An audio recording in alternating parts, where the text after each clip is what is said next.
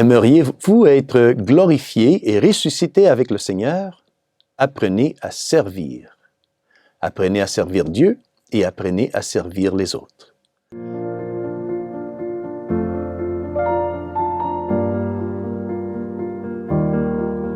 Salve Maria! Aujourd'hui, le Seigneur nous invite à changer nos mentalités.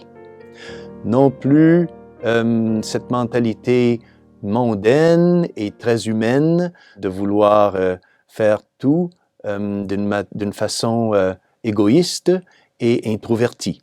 Le Seigneur nous invite à entrer dans une nouvelle dimension de la vie, une vie de sainteté, une vie céleste, où nous changeons notre style de vie pour ainsi devenir des chrétiens. Nous avons tous une tendance naturelle, malheureusement, à vouloir dominer.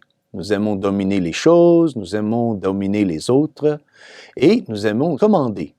Nous aimons commander les choses et les autres afin de faire en sorte que les choses se fassent selon ma volonté. Mais maintenant, dans l'Évangile, le Seigneur nous propose le contraire. Écoutons Saint Matthieu, chapitre 20, versets 17 à 28. En ce temps-là, Jésus, montant à Jérusalem, prit à part les 12 disciples et en chemin, il leur dit, « Celui qui veut devenir grand parmi vous sera votre serviteur, et celui qui veut être parmi vous le premier sera votre esclave. Ainsi, le Fils de l'homme n'est pas venu pour être servi, mais pour servir, et donner sa vie en rançon pour la multitude. » Le Seigneur ici donc nous propose quelque chose de humainement impensable. Il unit l'autorité avec le service. Il unit le commandement, le leadership avec le sacrifice.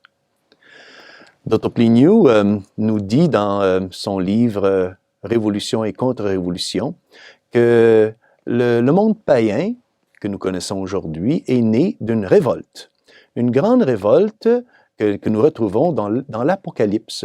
C'est Lucifer qui s'est levé contre Dieu et a crié « Je ne servirai pas, non serviam ». Cette révolte de Lucifer est née de l'orgueil. Et l'orgueil, nous savons, gère la vulgarité, gère la méchanceté, gère aussi la violence et la guerre. C'est quelque chose à rejeter. Il ne faut pas nous révolter. Tandis que le monde chrétien que le Seigneur nous propose aujourd'hui, cette nouvelle mentalité qu'il veut que nous accueillons, c'est une mentalité, dit Dr. Plinio, qui est née d'une action contre-révolutionnaire, que nous retrouvons aussi dans l'Apocalypse, lorsque Saint Michel Archange s'est levé contre Lucifer et lui a répondu « Quis ut Deus ?» qui est comme Dieu. Alors ça, c'est le fruit de l'humilité. Et l'humilité gère la noblesse, gère la gentillesse, gère le service, gère la courtoisie. Et c'est ce que nous devons embrasser. C'est ce que nous, en ce temps de carême, devons essayer de pratiquer. Saint Matthieu aujourd'hui nous explique que Dieu a créé l'homme afin de servir et non pas pour être servi. C'est le plan original de Dieu. Et c'est seulement ainsi que nous allons pouvoir recevoir et vivre dans la paix, en retournant à ce plan original de vouloir servir et donc de pratiquer l'humilité, et non pas d'être servi, de pratiquer l'orgueil. Rappelons-nous, il y a un document appelé Gaudium et Spes de Vatican II, où nous retrouvons cette affirmation. L'homme ne peut pleinement se trouver que par le don désintéressé de lui-même. C'est seulement en se désintéressant de lui-même, en pratiquant l'humilité, que l'homme donc va accueillir toute son humanité et qu'il va donc retrouver cette joie, cette paix en lui. Mais quelqu'un pourrait me dire, mais mon père, je pense que ma vie, je vais me sentir diminué dans mon humanité. Si je passe mon temps à servir les autres et à me soumettre aux autres. Mais non, ça, c'est le contraire. Vous allez recouvrir votre vraie vie en vous mettant au service des autres, car c'était le plan original de Dieu. Rappelez-vous ce que Saint Paul nous dit aux Actes des Apôtres.